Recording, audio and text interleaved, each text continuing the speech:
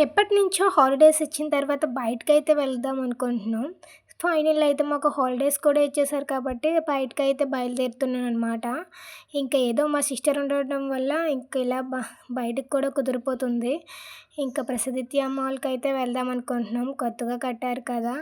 ఇంకా అలా వెళ్తున్న దారిలో బాగా ఎండగా ఉంటే కొబ్బరి బొండాలు కనిపిస్తే ఆగామనమాట. తాగినట్టే లేదు అయినా తాగేసానులే. ఫైనల్లీ అయితే మాల్‌కైతే వచ్చేసామనమాట. చాలా అంటే చాలా బావుంది. లోపలైతే ఇంకా బావుందనమాట.